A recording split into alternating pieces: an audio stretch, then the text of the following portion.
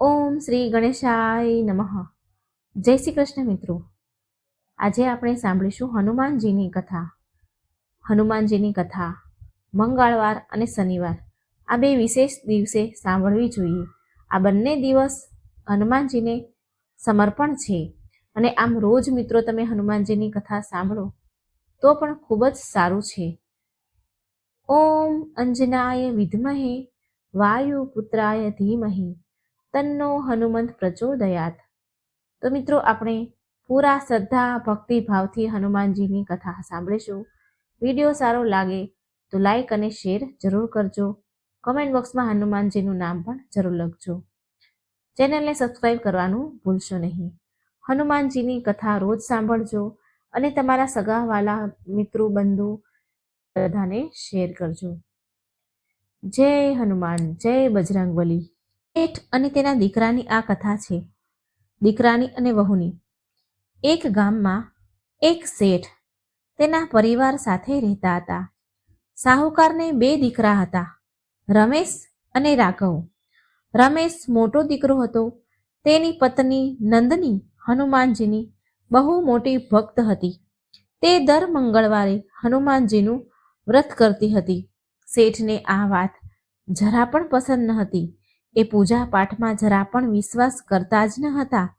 તે તેની વહુને નંદનીને આ બધું કરવા માટે ના કહેતા હતા. એમને પસંદ નહોતું, પૂજા પાઠ કરવાની ના કહેતા હતા. એક દિવસ મંગળવારનો દિવસ હતો. મંગળવારના વ્રત બાદ નંદની હનુમાનજીના મંદિર ગઈ. ત્યાં તેના મનમાં વિચાર આવ્યો કે તે હનુમાનજીને સિંદૂર ચડાવે. તેણે ઘરમાં આવીને આ વાત બધાને કહી તો તેના સસરા શેઠજીએ સાફ સાફ ના કહી દીધી. પરંતુ હનુમાનજીએ સિંદૂર ચડાવવા માટે નંદની તેના બચાવેલા પૈસા, થોડા એવા પૈસા હતા, એનાથી ચૂપચાપ સિંદૂર ખરીદ્યો અને હનુમાનજીને મંદિરે ચડાવી દીધો. થોડા દિવસ બાદ આ વાત સાહુકારને ખબર પડી અને શેઠ તો બહુ જ ગુસ્સે થયા. ગુસ્સે થઈને ઘરે આવ્યા અને તેમણે રમેશને અને નંદનીને બહુ વઢ્યા, બહુ બોલ્યા, બહુ જ બોલ્યા અને ઘરેથી નીકળી જવા માટે કહ્યું. નંદનીએ માફી માંગી, પગમાં પડી, પણ શેઠ તો માન્યા જ નહીં અને બંનેને ઘરેથી નીકાળી દીધા. રમેશ અને નંદની ગામની બહાર એક ઝૂંપડીમાં રહેવા લાગ્યા. પરંતુ એની પાસે ન કંઈ ખાવા હતું ન પીવા. એ દિવસે બંને ભૂખ્યા જ સૂઈ ગયા. બીજા દિવસે નંદનીનું મંગળવારનું વ્રત હતું. ઘરમાં ખાવા કંઈ જ ન હતું. માટે રમેશે પણ મંગળવારનું વ્રત રાખી લીધું. સાંજે બંને હનુમાનજીના મંદિરે ગયા. મંદિરમાં જે પ્રસાદ મળ્યો એનાથી તેમણે વ્રત ખોલ્યું, પારણા કર્યા. રાતમાં બંને સૂઈ રહ્યા હતા તો નંદનીને સપનામાં હનુમાનજીએ દર્શન આપ્યા અને કહ્યું, અહીંથી ઉત્તર દિશામાં એક ગામ છે. ત્યાં ગંગારામ નામના શેઠજીની એક બંજર સૂકી જમીન છે. ત્યાં જઈને ખેતી કરો. આટલું કહીને હનુમાનજી અંતર્ધ્યાન થઈ ગયા. સવારે નંદનીએ રમેશને આ વાત કહી, પણ એને સમજાયું ન હતું કે સૂકી ખેતીમાં ખેતી કેવી રીતે થઈ શકે, એમાં પાક કેવી રીતે ઉગી શકે. સવારે હનુમાનજીનો આદેશ માનીને બંને પતિ પત્ની ગંગારામજી શેઠના ઘરે ગયા. રમેશે શેઠને બધી વાત કરી. શેઠજી, તમે એ સૂકી ખેતી મને ખેતી કરવા માટે આપી દો. સૂકી જમીન મને આપી દો, હું એમાં ખેતી કરીશ. મારી પાસે તમને આપવા માટે અત્યારે કંઈ જ નથી, પણ જો જે પણ ખેતરમાં પાક થશે એનો અડધો ભાગ હું તમને આપી દઈશ. શેઠે તેને સમજાવ્યું કે એ જમીન વર્ષોથી બંજર પડી છે, તેમાં કંઈ જ થતું નથી, કોઈ પાક નથી થતા. પણ રમેશના વિનંતી કરવા પર શેઠજી માની ગયા. રમેશે એ દિવસથી ખેતર ખેડવાનું શરૂ કરી દીધું. દિવસ રાત મહેનત કરવા છતાં પણ ખેતરની જમીન ઉપજાઉ થઈ રહી ન હતી. નંદની અમુક ઘરોમાં કામ કરવા જતી હતી, જેથી એમના સાંજે ખાવા માટે કંઈક મળી જતું હતું. એક દિવસ રમેશ જ્યારે ખેતરમાં હળ ચલાવતો હતો તો તેનું હળ એક જગ્યા પર જમીનમાં અટકી ગયું. તેણે હાથથી ખોદ્યું તો તેમાંથી એક માટલી નીકળી, જેમાં સોનાના સિક્કા ભરેલા હતા. રમેશને સમજાઈ ગયું કે હનુમાનજીની જ આ કૃપા છે. હનુમાનજીએ કેમ આ સૂકી જમીનમાં ખેતી કરવા માટે કહ્યું હતું. રમેશે માટલી લઈ અને સીધો ઘરે આવ્યો. સાંજે રમેશ અને નંદની મંદિરે ગયા અને હનુમાનજીના પગમાં માથું મૂકીને બંને બહુ રડવા લાગ્યા, બહુ રડ્યા. ત્યારબાદ રમેશે થોડા સિક્કા વેચીને થોડા લોકોને એની સાથે કામ કરવા માટે રાખી લીધા અને પૂરું ખેતર ખેડીને બીજ રોપામણ કર્યું ખેતરમાં. થોડા સમય બાદ પાક તૈયાર થઈ ગયો. પાકનો અડધો ભાગ તેણે શેઠને આપી દીધો. ત્યારે શેઠજી બોલ્યા કે તું આ ખેતરને ખરીદી લે, તે બહુ મહેનત કરી છે. રમેશે પછી એક ખેતર ખરીદી લીધું. થોડા સમય બાદ બીજા ખેતરો પણ રમેશે ખરીદી લીધા. તેણે બહુ પ્રગતિ કરી. એ જ ગામમાં તેણે બહુ મોટું મકાન બનાવ્યું અને તેમાં મોટું હનુમાનજીનું મંદિર પણ બનાવ્યું. રમેશ હવે માત્ર હિસાબ કિતાબ જોતો હતો, નોકરોને રાખીને ખેતરમાં કામ કરાવતો હતો. આ બાજુ શેઠ પર હનુમાનજીનો પ્રકોપ ઉતર્યો. સાહુકારના ઘરે ચોરી થઈ ગઈ. એના ખેતર બંજર સુકાઈ ગયા, સૂકા ખેતર થઈ ગયા. શેઠ અને તેનો નાનો દીકરો એ જ ગામમાં આવ્યા જ્યાં રમેશ અને નંદની રહેતા હતા અને રમેશ પાસે કામ માંગવા લાગ્યા. રમેશે જ્યારે એમને જોયા તો એ તેને ઓળખી ગયો. તેના પિતાને પગે લાગ્યો. શેઠે તેને બધી વાત કહી. પછી રમેશે પૂરા પરિવારને તેને ત્યાં પોતાના ઘરે રાખી લીધા અને તેનો પૂરો પરિવાર મંગળવારનું વ્રત કરવા લાગ્યા અને હનુમાનજીની ભક્તિ કરવા લાગ્યા. હે બજરંગબલી, આવી જ રીતે તમારા બધા જ ભક્તો પર કૃપા કરજો. હનુમાનજીની બીજી કથા હનુમાનજી અને એક ગરીબ બાળકની આ કથા છે. મિત્રો, આજે આપણે હનુમાનજીની કૃપાની એક સાચી કથા સાંભળીશું. એક છોકરો હતો. જ્યારે એ 5 વર્ષનો હતો ત્યારે તેના પિતાનું મૃત્યુ થઈ ગયું હતું. આજે એ વાતને ઘણા વર્ષ વીતી ગયા હતા. એ છોકરો હનુમાનજીનો પરમ ભક્ત હતો અને દર મંગળવારે તેની મા સાથે હનુમાનજીના મંદિરે જતો હતો. અચાનક એક રાત્રે તેની માતાની તબિયત બગડી, ખરાબ થઈ. એની મા તડપી રહી હતી અને એ છોકરાથી એની માની આવી દશા જોવાતી ન હતી. તેને એ સમયે કંઈ સમજાઈ રહ્યું ન હતું કે શું કરે તે. એ છોકરો ગભરાઈ ગયો. તેણે તરત જ હનુમાનજીને પ્રાર્થના કરવાની શરૂ કરી દીધી અને તેણે હનુમાનજીને કહ્યું, જો મારી માની તબિયત સારી થઈ જશે તો સવારે 5 વાગે હું ઉઘાડા પગે ચાલીને તમારા દર્શન કરવા મંદિરે આવીશ.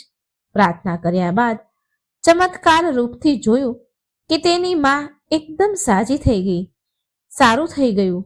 એની માને આરામ મળ્યો અને તેને ઊંઘ પણ આવી ગઈ. પછી એ છોકરો સવારે 4 વાગે ઉઠીને પાડોશમાં રહેનારા તેના મિત્રના ઘરે ગયો અને તેને પણ મંદિર જવા માટે કહ્યું, કેમ કે તેના મિત્રને પણ હનુમાનજી પર ખૂબ શ્રદ્ધા હતી. માટે એ પણ ચાલીને મંદિરે જવા માટે તૈયાર થઈ ગયું. બંને નાહી ધોઈને હનુમાનજીના મંદિરે જવા તૈયાર થયા. જ્યારે એ બંને હનુમાનજીના મંદિરથી લગભગ 2 કિલોમીટર દૂર હતા ત્યારે અચાનક તેની સામે એક પંજાદાર વ્યક્તિ આવ્યા. જોવામાં બહુ ઊંચા કદના હતા, આમ લોકોથી એકદમ અલગ જ હતા. તેના મુખ પર એક અલગ પ્રકારનું દિવ્ય તેજ દેખાતું હતું. એ ચાલતા ચાલતા એ છોકરાઓ પાસે આવ્યા, નજીક આવ્યા અને પાસે આવ્યા અને એ વ્યક્તિ કહે છે, તો મિત્રો જરા વિચારો તમે, એ વ્યક્તિએ શું કહ્યું હશે? એ વ્યક્તિએ તે છોકરાઓની પાસે જઈને કહ્યું, જય શ્રી રામ. એટલે એ બંને પણ બોલ્યા, જય શ્રી રામ. અને પછી એ તેની પાસેથી ચાલતા ચાલતા આગળ નીકળી ગયા.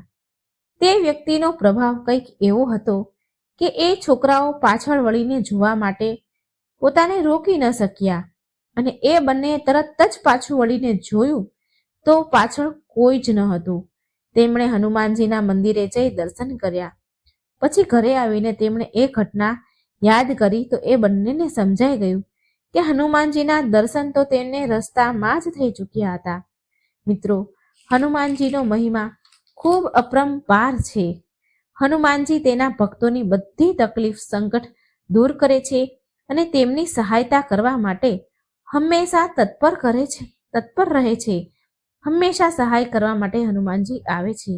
હે હનુમાનજી, હે સંકટ મોચન દેવ, જેમ તમે એ છોકરાને દર્શન આપ્યા તેવા આ કથા સાંભળનાર, કહેનાર, હોકારો ભરનાર બધાને જ તમારા દર્શન આપજો. તેમની સહાય કરજો, તેમના સર્વ સંકટ દૂર કરજો. જય બજરંગબલી. શ્રી ગુરુચરણ સરોજ રજ નિજ મન મુકર સુધાર, રઘુબર વિમલ જશુ જો દાયક ફલજાર.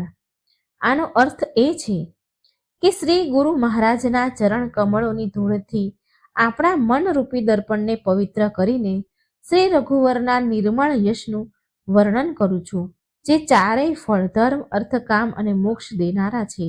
જય હનુમાન, જય સિયારામ. પ્રિય ભક્તો, સર્વ સુખ, રક્ત વિકાર, રાજ સન્માન તથા પુત્રની પ્રાપ્તિ માટે મંગળવારનું વ્રત ઉત્તમ છે. મંગળવારના વ્રતથી મનુષ્યના સર્વ દોષ નષ્ટ પામે છે. માટે આજના મંગળવારના દિવસે લાલ વસ્ત્ર ધારણ કરીને દિવસમાં હનુમાનજીનું પૂજન કરીને મંગળવારનું વ્રત તથા કથા સાંભળવી જોઈએ.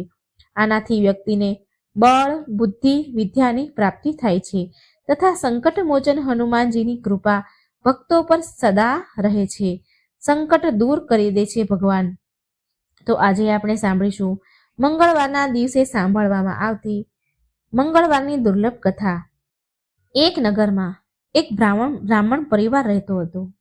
એ પરિવારમાં માત્ર પૂજારી દુર્ગેશ જ હતા. તે તેનું જીવન વ્યાપન યજમાનોથી મળેલી દક્ષિણાથી જ કરતા હતા. માતા તો બાળપણમાંથી સ્વર્ગવાસ થઈ ગઈ હતી અને પિતાનો છાયો પણ માથા પર રહ્યો ન હતો. સવારે રોજ જમવાનું બનાવે અને જમે અને પછી કામ પર જતા રહે. સાંજે ઘરે આવ્યા પછી આરામ પણ કરતા નહીં અને ઘરે આવતા જ જમવાનું બનાવવા લાગી. ગામના આડોશ પાડોશના લોકોએ દુર્ગેશ બ્રાહ્મણના લગ્ન એક ગરીબ કન્યા સાથે કરાવી દીધા. હવે દુર્ગેશ પૂજારી ખુશ હતા. હવે તેને સવાર સાંજ તાજું ગરમ જમવાનું મળતું હતું. તેમની પત્નીનું નામ હતું સાવિત્રી.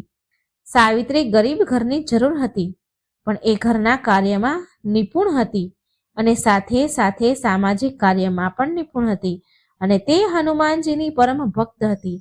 તેના વર્તન વ્યવહારથી બધા પાડોશી ખુશ થતા. એ દરેક મંગળવારનું વ્રત કરતી હતી. આ તરફ બ્રાહ્મણનું જીવન બહુ સારી રીતે ચાલી રહ્યું હતું. થોડા સમય બાદ સાવિત્રી ગર્ભવતી થઈ. જ્યારે સાવિત્રીના પ્રસવનો સમય આવ્યો તો બ્રાહ્મણ પાડોશમાંથી એક દાયણને લઈ આવ્યા. સમય પર સાવિત્રી એક સુંદર બાળકને જન્મ આપ્યો.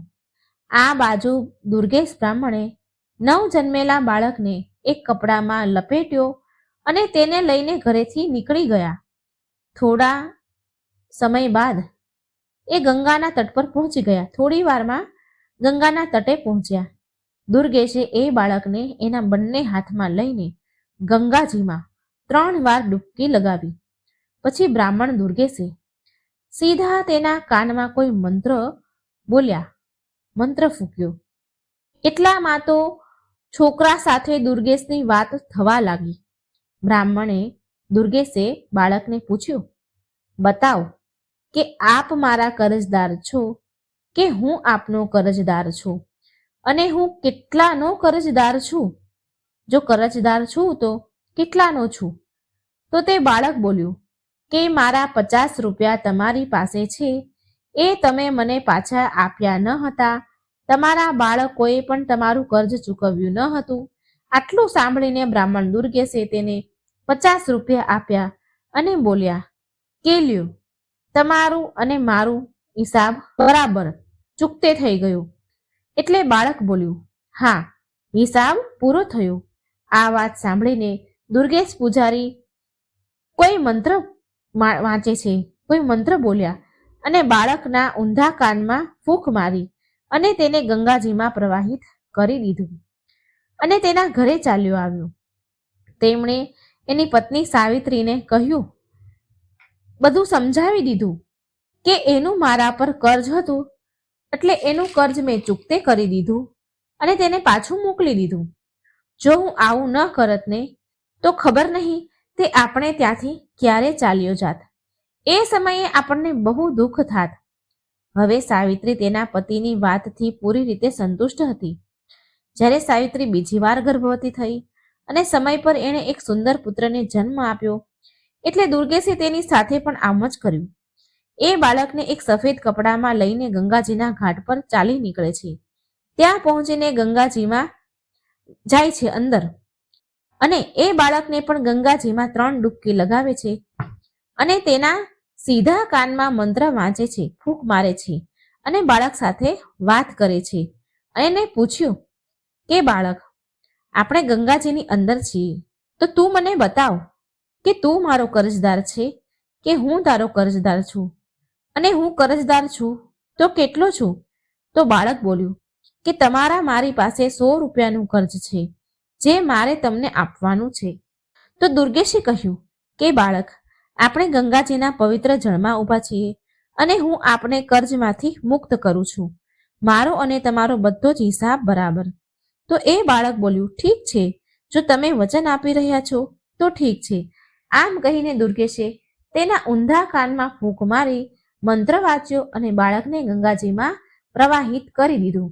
આ બધું કરી પાછો તે એની ઘરે પહોંચ્યો અને સાવિત્રીને કહ્યું કે મને ખાલી હાથે જોઈને બાળક વિશે જાણવાની આપની ઈચ્છા હશે તો સાંભળો. એનું આપણા ઉપર 100 રૂપિયાનું કર્જ હતું, તો મેં તેને ગંગાજીમાં વચન આપી દીધું અને તેને ઋણ મુક્ત કરી દીધો. હું એવું ઈચ્છતો ન હતો કે આગળ જઈને એ આપણને તડપાવીને દુઃખી કરીને જાય. આ સાંભળીને સાવિત્રીએ પૂછ્યું કે આવું કેવી રીતે થાય? પૂજારી દુર્ગેશ કહે છે કે જ્યારથી તું મારા ઘરે આવી છો તે જોયું ને કે બ્રાહ્મણપણું કરીને જે પણ કંઈ દક્ષિણા મળે છે તેમાં બચત તો નામ માત્ર જ થાય છે, પણ થાય તો છે ને. સવારે આપણા 100 રૂપિયા ચૂકતા કરીને એ બાળક આપણને છોડીને ચાલ્યો જાત. એનું 100 રૂપિયાનું કર્જ હતું. એ 100 રૂપિયા જો એના ચૂકતે થઈ જાત તો એ બાળક આપણી પાસેથી ગમે ત્યારે ચાલ્યો જાત અને આપણે આ જીવન એ દુઃખમાં જીવતા રહે. જ્યારે મેં તેને ઋણ ચૂકવીને મોકલી દીધો અને હજી તો મોહ પણ બંધાયો નથી, માટે દુઃખ કેવું? દુર્ગેશની વાત સાંભળીને સાવિત્રી ચૂપ થઈ ગઈ. તેની પાસે એ સમયે કોઈ વિકલ્પ ન હતો.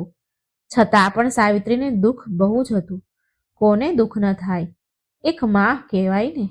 માને તો એના સંતાન પાણીમાં પ્રવાહિત કરી દે તો દુઃખ તો થવાનું જ છે. સાવિત્રીને દુઃખ બહુ હતું.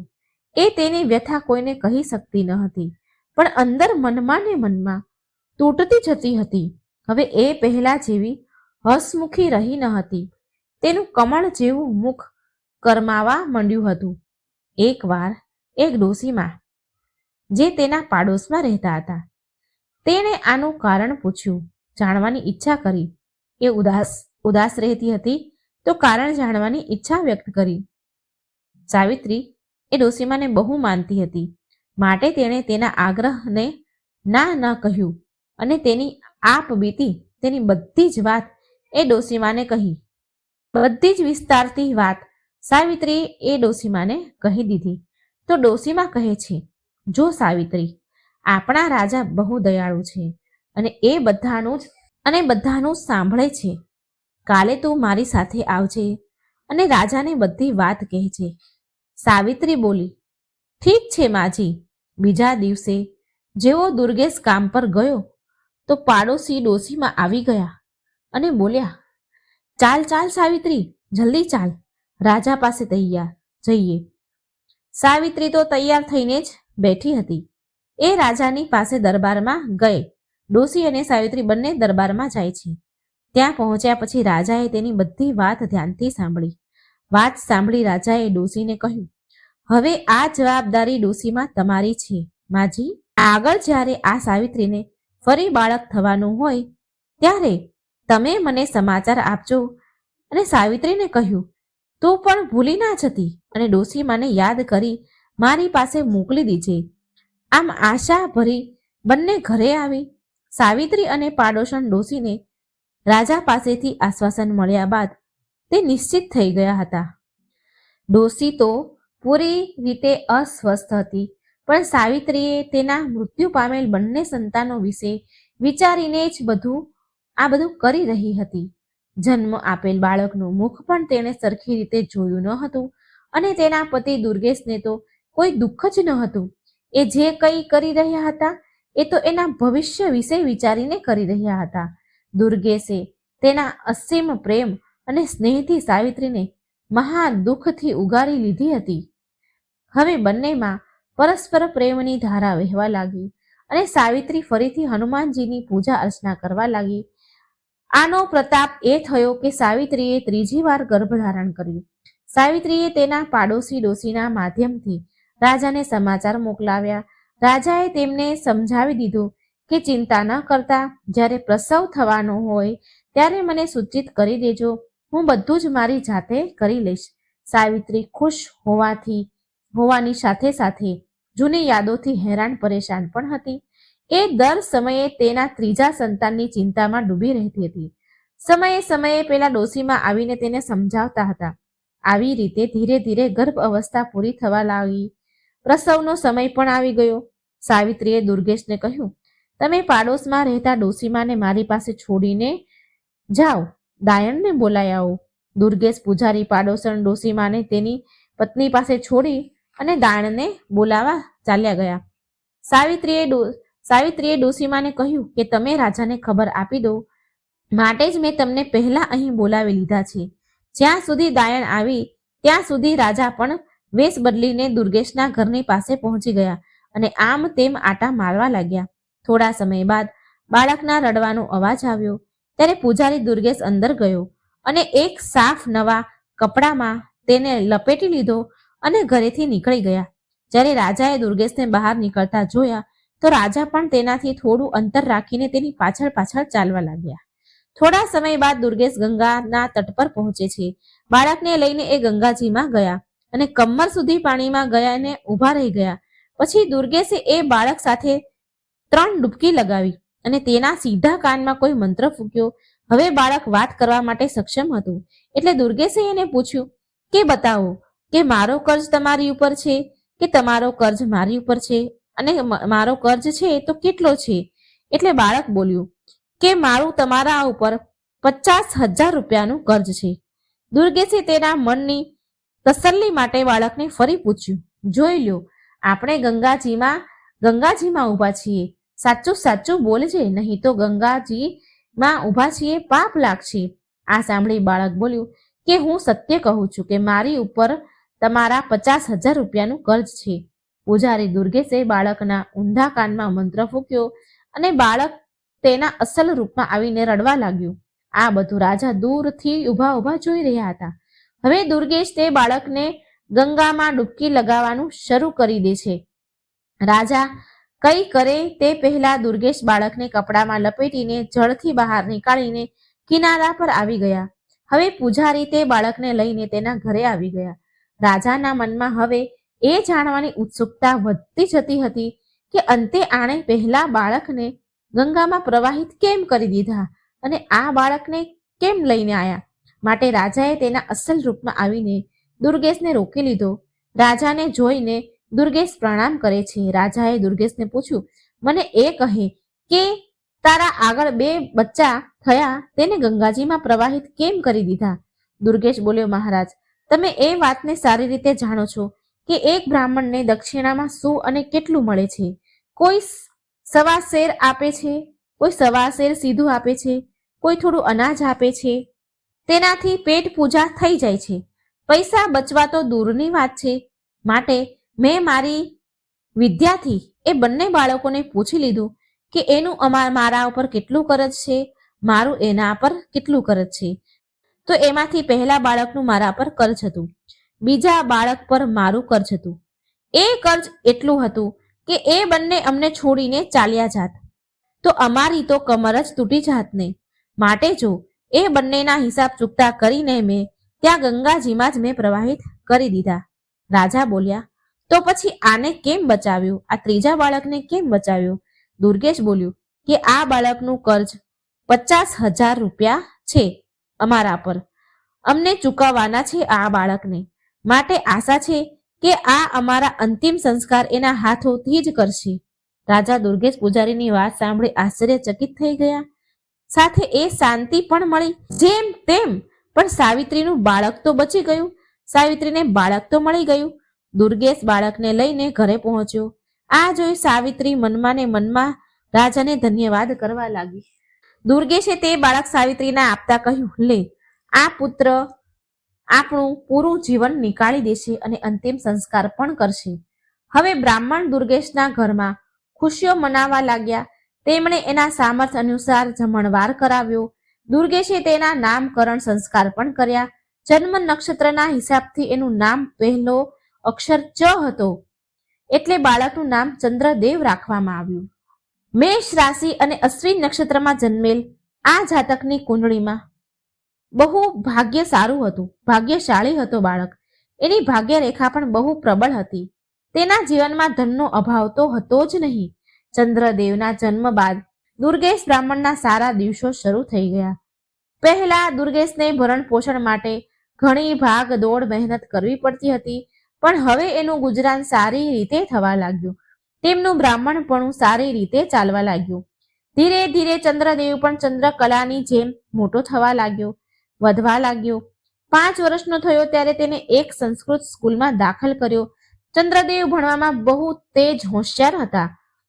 દુર્ગેશ સાંજે 1 કલાક જ્યોતિષ વિદ્યા શીખવાડતા હતા.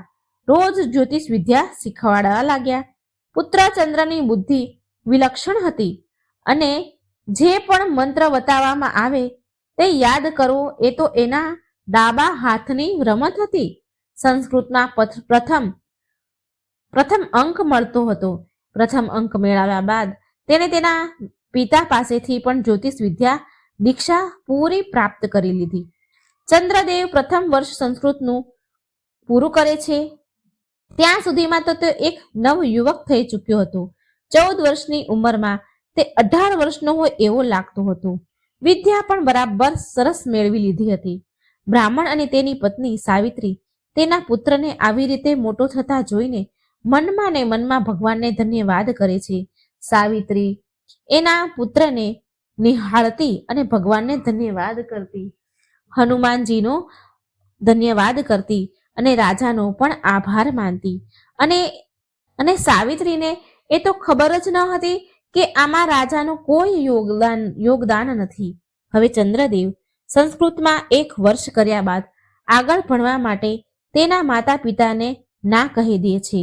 તેણે માને કહ્યું, માં, હું પણ પિતાજીના કામમાં મદદ કરીશ. માં બોલી, બેટા, હજી તારી ઉંમર નથી. ઉંમર જ શું છે? રમ ભમ કૂદ, ખેલ કૂદ, ખા પી, આગળ દુનિયાદારી સમજવાની કોશિશ ન કર. હજી તું નાનો છે. આ બધું કામ તો જે તારા પિતા કરે છે એ તો જીવનભર કરવાનું જ છે તારે. એટલે ચંદ્રદેવ બોલ્યા, જો મારે બ્રાહ્મણપણું કરવાનું જ છે તો પછી કેમ અત્યારે ન કરું? કેમ અત્યારે ચાલુ ન કરું? વિદ્યા તો કોઈ પણ હોય, એનો જેટલો ઉપયોગ થશે તેમાં એટલો વધારો થશે. કાલે પૂર્ણિમાનો દિવસ છે તો હું પણ કાલથી કામ પર જઈશ. હવે સાવિત્રી મનમાં ને મનમાં બહુ ખુશ થઈ રહી હતી કે ચાલો, હવે મારા ઘરે બે કમાવનારા છે. થોડા પૈસા ભેગા કરીને અમે દીકરાના લગ્ન પણ કરાવી દઈશું અને મજાથી એની દુનિયાનો આનંદ લઈશું. મનમાં આવો વિચાર કરીને એ સૂઈ ગઈ કે ચાલો સવારે વહેલા ઉઠીને બંને માટે ખાવાનું પણ બનાવી દઈશ. કાલે બંને પુત્ર પિતા સાથે કામ પર જશે. સવાર સુધી પડખા ફેરવતા ફેરવતા થાકી ગઈ. સવારે જલ્દી જાગી રસોઈનું કામ પતાવીને સ્નાન ધ્યાન કરીને હનુમાનજીની પૂજા કર્યા બાદ જમવાનું બનાવી દીધું અને હવે શાંતિથી ચટાઈ પર સૂઈ ગઈ. એ આખી રાત સૂઈ શકી ન હતી, માટે તે જેવી સૂતી એવી એને ઊંઘ આવી ગઈ. સવારે દુર્ગેશ બ્રાહ્મણ જ્યારે ઉઠ્યા તો એણે જોયું કે સાવિત્રી સૂઈ રહી છે તો એ કોઈ અનહોનીની ચિંતામાં ડૂબી ગયા તો તેમણે સાવિત્રીને જગાડીને પૂછ્યું, અરે ઓ ભાગ્યવાન, તબિયત તો ઠીક છે ને? તેના કપાળે હાથ અડાડીને જોયું ત્યારે સાવિત્રીએ કહ્યું, સ્વામી, મારી તબિયત બિલકુલ ઠીક છે. થોડી વહેલી ઉઠી હતી એટલે કામ પતાવીને હું પાછી સૂઈ ગઈ. તમે તમારા નિત્ય કર્મ કરો, જમવાનું તૈયાર છે. એટલામાં ચંદ્રદેવ પણ જાગી ગયા અને નિત્ય કર્મ કરવા લાગ્યા. બંને પિતા પુત્ર તૈયાર થઈને આવી ગયા. સાવિત્રીએ બંનેને આસન પાથરીને જમવાનું આપ્યું. બંનેએ ભોજન કર્યું અને બપોરનું જમવાનું સાથે લઈને કામ પર નીકળી ગયા, પિતા પુત્ર બંને. હવે આજે ચંદ્રદેવનો પહેલો દિવસ હતો. એને કોઈ પણ યજમાન એવો ન મળ્યો કે તેને કાર્ય કરવા મળે. ધીરે ધીરે સાંજ પડવા લાગી. ચંદ્રદેવ ઉદાસ મનથી ઘરે આવે છે. ઘરે આવવા માટે રવાનો થયા. થાકેલા પગથી એ ઘર તરફ જઈ રહ્યા છે. અચાનક તેના મુખ પર ગરમ ગરમ પાણીના થોડા ટીપા પડ્યા. તેણે ઊંચું મોઢું કરીને જોયું તો એક બહુ સુંદર સ્ત્રી રડી રહી હતી. તેના આંસુ જ ચંદ્રદેવના ઉપર પડ્યા, જે એને ગરમ લાગ્યા. ચંદ્રદેવ રોકાઈ ગયા અને તેને પૂછવા લાગ્યા કે બહેન, તમને શું દુઃખ છે? મને કહો, કેમ રડી રહ્યા છો? બની શકે કે હું તમારી કોઈ મદદ કરી શકું. ઉપરથી એ સ્ત્રીએ જોયું કે એક નવજુવાન છોકરો તિલક લગાવેલ રામ નામનું પીતાંબર નાખીને નીચે ઊભો છે. એ બહુ મોટો પંડિત લાગી રહ્યો હતો. એને જોઈને એવું લાગતું હતું માનો કે હમણાં જ કાશીથી આવ્યા હોય. અરે, તારા જેવા કેટલાય આવ્યા અને ઠગીને મને ચાલ્યા ગયા. મારો તો વિશ્વાસ ઉઠી ગયો છે જ્યોતિષો પરથી. તારા જેવા ઢોંગી પંડિતો ઉપરથી આટલું સાંભળી ચંદ્રદેવ બહુ વિચલિત થયા અને મનમાં વિચાર કરવા લાગ્યા, મને આ સ્ત્રી પાસેથી કંઈ ન મળે તો કંઈ નહીં. એના દુઃખનું કારણ જાણીને તેનું સમાધાન જરૂર કરીશ. ઉપરથી એ સ્ત્રી બોલી કે હું તને એક પણ પૈસા દક્ષિણામાં નહીં આપું, એક પણ રૂપિયો નથી આપવાની. ચંદ્રદેવ બોલ્યા, માતાજી, નીચે તો આવો અને તમારો હાથ બતાવો અને શું સમસ્યા છે એ કહો. પછી એ સ્ત્રી નીચે આવી અને કહેવા લાગી, જુઓ, હું પહેલેથી જ તમને કહી દઉં છું કે હું કોઈ પણ દાન દક્ષિણા નહીં આપું. ચંદ્રદેવ બોલ્યા, હું કોઈ ઢોંગી નથી. આ શહેરનો નિવાસી દુર્ગેશજીનો પુત્ર છું. મારું નામ ચંદ્રદેવ છે. હું એક જ્યોતિષ છું. અહીં આ મહોલ્લામાં જ રહું છું. અને હા, બીજી વાત કે તમને રડતા જોઈ દુઃખી થયો છું હું, એટલે પૂછી લીધું. હવે એ તમારી મરજી છે, તમારે જાણવું છે કે નહીં. એ સ્ત્રી બોલી, ઠીક છે, તું જે પણ કહે તે, પણ એટલું સમજી લે કે હું તને એક પૈસો નથી આપવાની. ચંદ્રદેવ કહેવા લાગ્યા, ઠીક છે, હું ક્યાં પૈસા માંગી રહ્યો છું? તે સ્ત્રી બોલી, ઠીક છે, જો તમારી વાત સાચી હશે તો હું તમારા ઘરે દક્ષિણા મોકલાવી આપીશ. ચંદ્રદેવ બોલ્યો, બતાવો, શું સમસ્યા છે? એ સ્ત્રી બોલી કે મારા પતિ પરદેશ ગયા છે. 4 વર્ષ થઈ ગયા છે, પણ હજુ સુધી પાછા નથી આવ્યા અને ના કોઈ ખુશી સમાચાર તેમણે મોકલ્યા છે. હું માત્ર એ જાણવા માંગુ છું કે એ ઠીક તો છે ને, અને ક્યાં સુધીમાં પાછા આવશે અહીં? ચંદ્રદેવ બોલ્યા કે તમે 2 પ્રશ્ન પૂછ્યા છે. આ 2માંથી તમને કોઈ એક પ્રશ્નનો ઉત્તર આપીશ. તમારે કયા પ્રશ્નનો ઉત્તર પહેલા જાણવા માંગો છો? એ સ્ત્રી બોલી, મારે બંને પ્રશ્ન જાણવા છે, બંને પ્રશ્નના જવાબ જાણવા છે. ચંદ્રદેવ બોલ્યા, નહીં, બંનેના પ્રશ્નના જવાબ હું નહીં આપું. તો તે સ્ત્રી બોલી, કેમ? તો ચંદ્રદેવ બોલ્યા, હું મફતમાં માત્ર એક જ પ્રશ્નનો ઉત્તર આપીશ. હવે તમે નક્કી કરો કે કઈ વાત પૂછવા માંગો છો. તે સ્ત્રી ચૂપચાપ ઊભી રહી ગઈ, ચૂપ થઈ ગઈ અને વિચારવા લાગી કે કયા પ્રશ્નનો ઉત્તર પહેલા જાણું. જો એ અહીં આવશે તો દેખાઈ જશે, અને જો સ્વસ્થ હશે ત્યારે જ તો આવશે ને. આમ વિચાર કરીને તે સ્ત્રી બોલી કે તમે માત્ર મને એમ કહી દો કે મારા પતિ ક્યારે આવશે. ચંદ્રદેવ તેમની પત્રી નીકાળે છે, જ્યોતિષ પત્રી જે હોય એ નીકાળે છે અને તેમાં જોવા લાગ્યા. તેમની આંગળીઓથી ગણના કરવા લાગ્યા. લગભગ અડધો કલાકની ગણના કર્યા બાદ તે બોલ્યા, સાંભળો, તમારા પતિ આજે રાત્રે આવી જશે. એ સ્ત્રી બોલી, શું પાગલ થઈ ગયા છો? ઢોંગી, મને બેવકૂફ સમજો છો કે શું? ચંદ્રદેવ બોલ્યા, આવું કેમ કહો છો તમે? તો એ સ્ત્રી બોલી કે તમારે પૈસાની લાલચ હોય એવું લાગે છે. પૈસાની લાલચ જ છે તમને. ચંદ્રદેવ બોલ્યા, બહેન, જ્યારે મેં કહી દીધું કે પૈસા વગર એક જ પ્રશ્નનો જવાબ આપીશ, તો પછી તમે આવું કેમ કહી રહ્યા છો? એ સ્ત્રી બોલી કે અત્યાર સુધી કોઈએ મને કંઈ ન બતાવ્યું, અને જે બતાવ્યું એ સાચું ન પડ્યું. ચંદ્રદેવ બોલ્યા, બહેન, હું જ્યોતિષ છું, ઠગ નથી. અત્યાર સુધી તમારો ઠગો સાથે પલ્લો પડ્યો હશે, પણ હું મારી વિદ્યાના અનુસાર તમને બતાવી રહ્યો છું કે તમારા પતિ આજે રાત્રિના 12 વાગ્યા સુધીમાં આવી જશે. તે સ્ત્રી બોલી કે તો તમે સાચું કહી રહ્યા છો. મારી સાથે ઠગ થયું છે, છેતરાણી છું, માટે હું કોઈના પર વિશ્વાસ નથી કરી શકતી અને કોઈને પહેલા પૈસા પણ નથી આપતી. આની પહેલા ઘણીવાર હું ઠગાઈ ચૂકી છું. ચંદ્રદેવ બોલ્યા, બહેન, મેં તો તમને પહેલા જ કહી દીધું હતું કે હું એક પણ પૈસો તમારી પાસેથી નહીં લઉં. મફત એટલે મફત. જો તમને મારી વાત સાચી લાગે તો તમે જે ઉચિત લાગે એ દક્ષિણા મોકલાવી આપજો. તે સ્ત્રી બોલી, સારું મહારાજ, શું મારા પતિ આજ રાત સુધીમાં જ આવશે? ચંદ્રદેવ બોલ્યા, હા, આજે રાત્રે ઠીક 12 વાગે તમારા પતિ આવશે. સાંભળો, એ ચાલીને નહીં આવે, એ હાથી ઉપર આવશે અને બહુ બધું ધન લઈને આવશે. તો તે સ્ત્રી બોલી કે તો હું પણ તમને કહી દઉં છું, તે જેટલું લાવશે, ધન જેટલું લઈને આવશે તેમાંથી અડધું તમને દક્ષિણા રૂપે હું મોકલાવીશ. ચંદ્રદેવ બોલ્યા, તો સારું, હું હવે જાઉં છું. એ સ્ત્રી બોલી, સારું, જાઓ. ચંદ્રદેવ તેના ઘરે જવા નીકળી ગયા. રસ્તામાં વિચારતા જતા હતા કે આજ પહેલો દિવસ છે, બોણી તો ન થઈ પણ ઉધાર થઈ ગયું.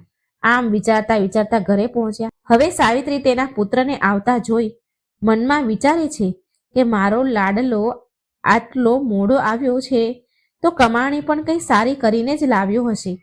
આમ વિચારીને તેણે દરવાજો ખોલ્યો, ચંદ્રદેવને પાણી આપ્યું અને સાવિત્રી બોલી, બેટા, હાથ મોઢું ધોઈ લે, થાકી ગયો હશે, જમવાનું જમી લે. સાવિત્રી બોલી, તારા પિતા તારી વાટ જોઈ રહ્યા હતા અને ભૂખ્યા બેઠા છે. ચંદ્રદેવ કહે છે, સારું માં, હું હમણાં હાથ મોઢું ધોઈને આવું છું. થોડી વારમાં ચંદ્રદેવ હાથ મોઢું ધોઈને આવ્યા. પછી સાવિત્રીએ બંને માટે આસન પાથર્યું અને જમવાનું પીરસ્યું. પછી માએ પૂછ્યું, બેટા, કેવો રહ્યો આજનો દિવસ તારો? ચંદ્રદેવ બોલ્યા, માં, બોણી ન થઈ પણ ઉધાર થઈ ગયું. માં બોલી, એટલે જ કહું છું બેટા કે અત્યારે રમી ભમી લે, નાચી કૂદી લે, ખાઈ પી લે. તારા પિતાજી કમાય છે ને, પણ તે જીદ કરી છે. આખો દિવસ આમ જ ભટક્યો રહ્યો. ઉધાર છે તો શું ખબર આવશે કે નહીં આવે. આ વાતમાં જમવાનું પતી ગયું અને ખાઈને બધા સૂઈ ગયા. હવે આ બાજુ જે સ્ત્રીનું જ્યોતિષ વિદ્યાથી હાથ જોયો હતો ચંદ્રદેવે, એ સ્ત્રી એ તેના પતિની વાટ જોઈને બેઠી હતી. વાટ જોતા જોતા રાતના ઠીક 12 વાગ્યા અને સાચુમાં તેના હાથી પર બેસીને તેના પતિ ઘરે આવ્યા. તેણે દરવાજો ખખડાવ્યો. તેની પત્નીએ દરવાજો ખોલ્યો અને એ આ વિચારીને બહુ પ્રસન્ન થઈ કે હકીકતમાં એ છોકરો બહુ મોટો જ્યોતિષ છે, એને ઇનામ આપવું જોઈએ. એટલે તેણે તેના પતિને કહ્યું કે જાઓ અને સૌથી પહેલા તમે પંડિત દુર્ગેશના ઘરે જાઓ અને તેને તેનું ઇનામ આપો. મને એના લીધે ખબર પડી કે તમે આવવાના છો, પછી જ ઘરમાં પગ મૂકજો. હવે એ આદમી, તે સ્ત્રીનો પતિ બહુ સમજાવે છે કે ભાગ્યવાન, મને પહેલા ઘરમાં તો આવવા દે. તે સ્ત્રી બોલી, નહીં, પહેલા તમે જ્યાં સુધી તેને દક્ષિણા નહીં આપો ત્યાં સુધી અંદર નહીં આવો, ઘરમાં પગ ન મૂકતા. હવે એ આદમી કહે છે, ઠીક છે. આમ કહીને દુર્ગેશ પંડિતના ઘરે ગયા અને અડધી રાત્રે દરવાજો ખોલાવ્યો અને સાવિત્રીને એક થાળી સોના ચાંદી ઝવેરાત આપીને કહ્યું કે બ્રાહ્મણ દેવ, આ તમારા દીકરાની દક્ષિણા છે. તમારા દીકરાએ ભવિષ્યવાણી કરી હતી મારા આવવાની. એનાથી પ્રસન્ન થઈને મારી પત્નીએ આ દક્ષિણા તમારા માટે મોકલાવી છે. એ દક્ષિણા આપીને તેના ઘરે એ એ માણસ ચાલ્યો ગયો. સાવિત્રી આટલું સોનું ચાંદી ઝવેરાત જોઈને બહુ ખુશ થઈ. આખું પરાત ભરીને કથરોટ ભરીને સોનું ચાંદી હીરા હતા.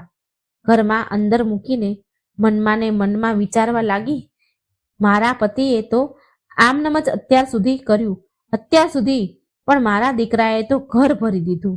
મારા પતિએ અત્યાર સુધી કંઈ જ ન કર્યું, કંઈ જ ન કમાયા, માત્ર પેટ ભરાયું, પણ મારા દીકરાએ તો ઘર ભરી દીધું. હવે આમ કહીને તે સૂઈ ગઈ. જ્યારે સવાર થઈ તો દુર્ગેશ તેના નિત્ય નિયમ પર ઉઠીને જવા લાગ્યો. સાવિત્રી હજી સુધી સૂઈ રહી છે. તેમણે કહ્યું, ભાગ્યવાન, આજે શું થયું? તું હજી સુધી સૂઈ રહી છો? આટલું સાંભળીને સાવિત્રીને એકદમ તેવર ચડી ગયો અને બોલી કે તમે બહુ વધારે ક્યાં કઈ કમાઈને લાવો છો? જુઓ, મારો દીકરો કાલે પહેલી વાર એટલું કમાઈને લાવ્યો છે કે પૂરું ઘર ભરાઈ ગયું.